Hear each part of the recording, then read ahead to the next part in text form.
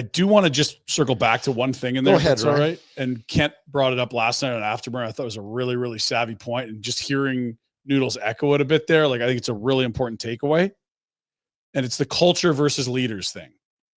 Rasmus Andersson's absolutely a leader for this team. Rasmus Andersson's a really good hockey player, especially when he's healthy. Rasmus Andersson, I think, has been phenomenal in the community and likes Calgary and wants to be here.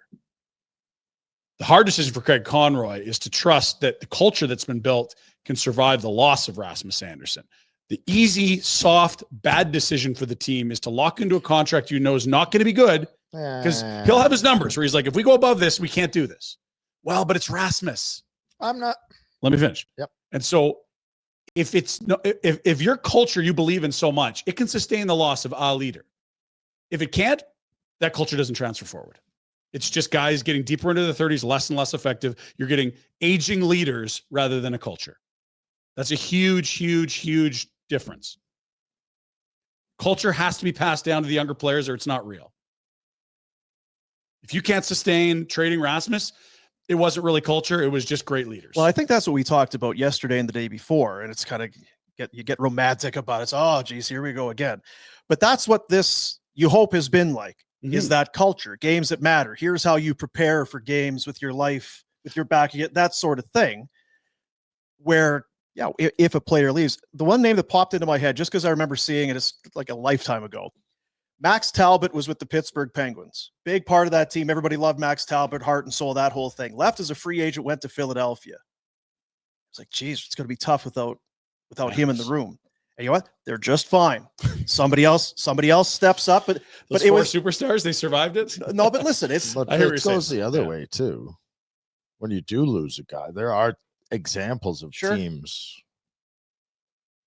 And what I was going to say to you is that, and I'm not here or there with Andersson. I don't get paid that money to. We don't know what the ask is. We don't know what the offer is. But you're not getting nothing when you sign Andersson. Do you know what I mean? Like, you're getting diminishing returns over time, and it might be too much, but it's not a zero-sum game. You don't sign him and go, oh, fuck, what have we done? Right. He's still going to be a good player. He's going to be a good player for a while. Yeah. So at the end of it, you're going to go probably squint and go, we're overpaying him. But it's anyway, you got to put that beside it. If they do bring him back, it's not the end of the world. They will get production out of him. Yeah. It's just whether it's the opportunity cost. Exactly. So what can you get for him versus what will you get from him, and which lines up better? Yeah, you might be able to dress the defenseman that's better, younger, and cheaper. It's almost one of those things because of his age. It becomes part of that bigger conversation. Here's what the team needs to be moving forward, where it's almost, well, are you a good player for the next few? It's still that conversation. You're not spending every dime of the cap space that you have on this guy, but it does become part of that bigger conversation. What's your philosophy? What's the path you're taking? That whole thing. We wouldn't have uttered a single word about Rasmus Andersson if not for his contractual status. No. Like, if he had 3 years left, it's much not like a with conversation. Uyghur. We're not talking about Uyghur. And so it's, if I'm Rasmus, it's probably frustrating because you hear all this trade nonsense. You're like, shit, I just love being a Flame and I'm working hard. Like, what's the problem here? But it forces Craig Conroy to make a short-term versus long-term decision. Short-term, you're better with Rasmus Andersson. It's really hard to make the case in 4 or 5 years you're better with 34-year-old Rasmus Andersson than you would be with what you get back in return, or to bottom out a bit and have higher picks. I don't disagree with you, but there are instances like he's going to, again, we don't know what he would even sign for. So say it's $1 million more than he should be being paid. What's the cap going to be? How are you going to spend all this? What is your plan to use to maximize this cap space that you have created? It's you lock up these stars. It's a zero benefit for us as fans and as production for a team if you've got $20 million of cap space sitting there. What you're hoping for is 3 years. You got to cut a huge check to Zane Parekh, and you still got Uyghur on payroll, and now you're like, shit, we got 3 right shot guys. The cap's going to go up, and you're going to have. I mean, if you're keeping that much cap space in place to worry about a guy like Zane Parekh perhaps earning a whole bunch of it, that's a good problem to have. Yeah, that's a problem you might have to deal with. What is the plan for the cap space? Because if you're not going to use it, then pay You Andersson. should be. That is one of the greatest regrets that I think this organization will have over this year, because there's been lots of positives. The culture has been totally turned around. The goaltender looks like a star. You've seen huge development from Coronado and Ball and other young players. But the biggest misstep is your cap space doesn't carry forward to next year. You've missed the opportunity to turn $19 million in cap space into an asset, into picks, into a young player. It evaporates, and you're back to, okay, everyone's at zero for next year's cap. You had an opportunity to do something you didn't. Now, well, we don't know, but we don't know. Well, other teams did it, and they had all year to figure something out. They didn't do it. There were a couple of teams. Right. So you could have taken a Eaton salary and taken a pick in a lower round than another team, for example. I'm not saying it was easy to do, and I'm not saying they turned it down, but at the end of the year, they got nothing for the cap space. That's a fact. But if that's the regret, like, I don't know how many options Craig Conroy had. There were a couple of deals made this year. Chicago did one where there was 3 or 4 deals with teams they'd sell. Right. It's and other teams have bad contracts you could have eaten, but you don't want to mess with. But we don't know. We don't know that. How do we know that? Every team, like, I'm not saying Craig missed a 2-foot putt. What I'm saying is he didn't find out a way to use the cap space. So yeah, I'm not saying it was going to be easy. It's not a huge indictment, but it's a missed opportunity. 7 teams between the Flames and the Islanders. Islanders are the 10th from the basement. It's whatever you want to call it. Mucky middle, peaks at. They are right. They're right there. That's there's where you didn't want to be. Too. So my question, sorry, Ryan, but I keep doing this, and I will relentlessly do this for the next 3 months. Are they better next year? We don't know. I mean, look, there you go. But like it's if you're looking at all those teams in that mix, yeah, are you better? See you, buddies. What's the bottom? No, if you believe you said Nashville's going to be better, the Ducks have improved. Yeah, and you think San Jose will take a step, and really, I just look at the 8 teams in the playoffs and be like, who are you undeniably going to be better than next year out of that group? There's always a few surprises, but like as many get out from under that cap. Yes, they got money to spend. So now they've got and they have a lot of very good young players that have arrived already, not a year or two away like the Flames. And that's the other part of the equation for me. And we could talk to Noodles for hours because we love talking to him. But if you look at the 8, the Flames are younger probably than I assume, but they're not as young as Buffalo, Ottawa, much like. And they don't have sadly, I don't believe it. They got the goaltender. They don't have as high end of talent. If Parekh comes in and does a Hudson-like thing, okay, well.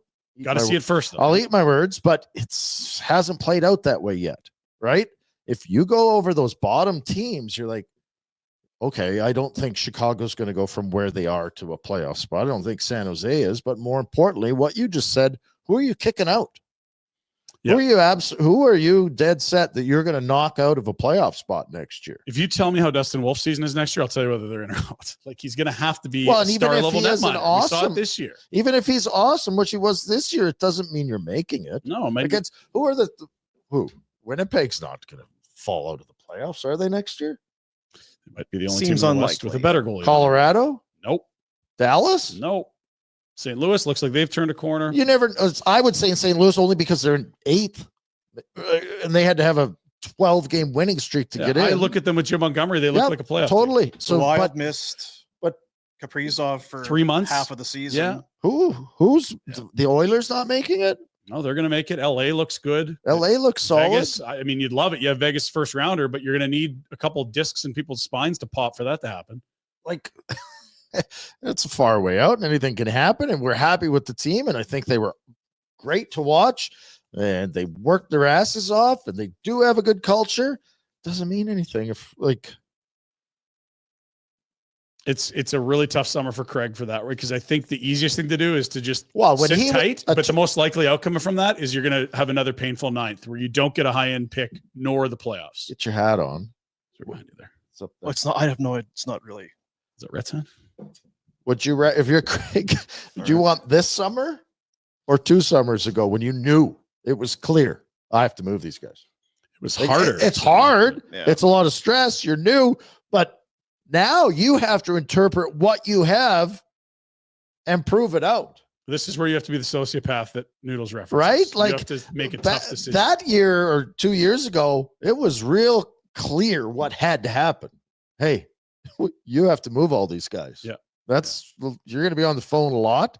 You're going to try and get the best deal you can, but you knew your mandate. Yeah. What's the mandate now? So what did you, I'm not trying to pick at you. Mm-hmm. Did you say the hardest thing or the worst thing he can do is sit tight? What did you? I think the easiest thing to do as a GM here is to not ruffle the feathers in the room.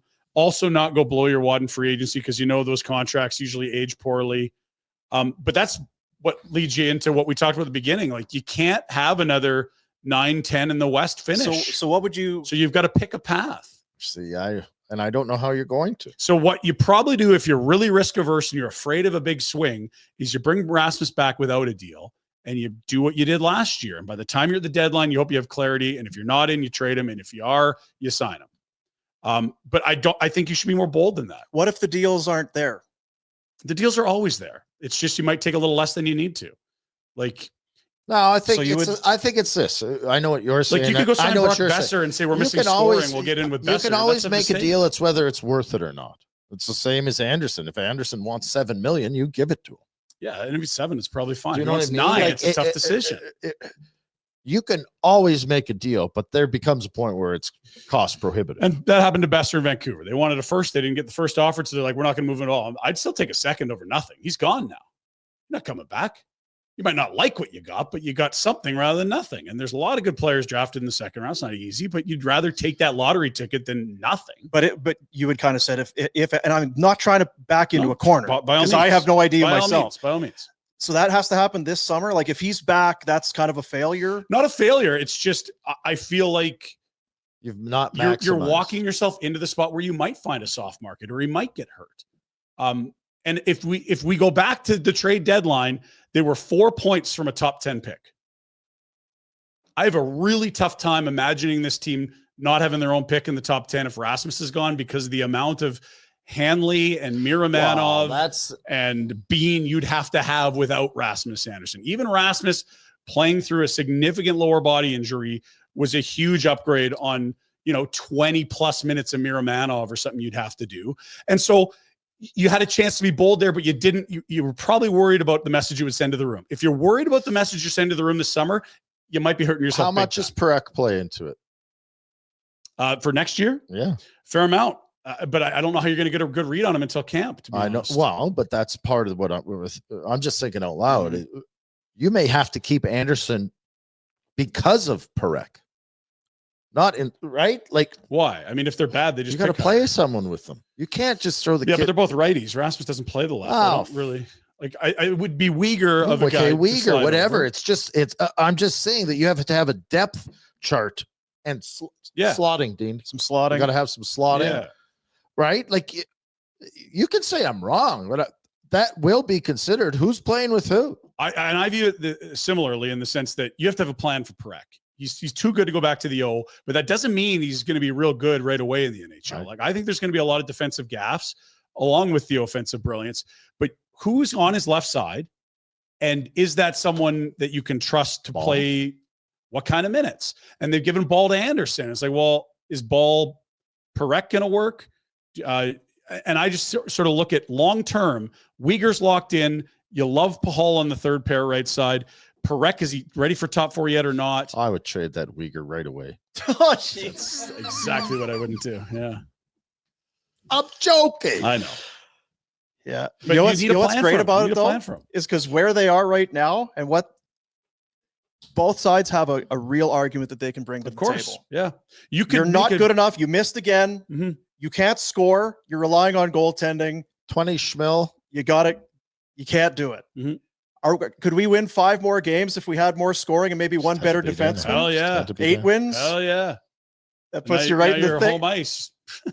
and both sides could absolutely have a compelling argument. There's no question. And so for next year, I think it's a tough debate. It's way harder to make the case that if you're building to try to win a championship in 28, 29, 30, when you've got a wave of young players in a new building and the ability to recruit better, you have to have space for those people to come in for you to be good enough to. It's just, it really depends on how keyhold are you in making the playoffs in the next 2 years versus trying to win a cup in 4 to 10 years. And that's a front office ownership type philosophical decision. Hey guys, thanks for watching. Be sure to check out more of our content right here on the Flames Nation YouTube page. We had a bunch of great long form interviews.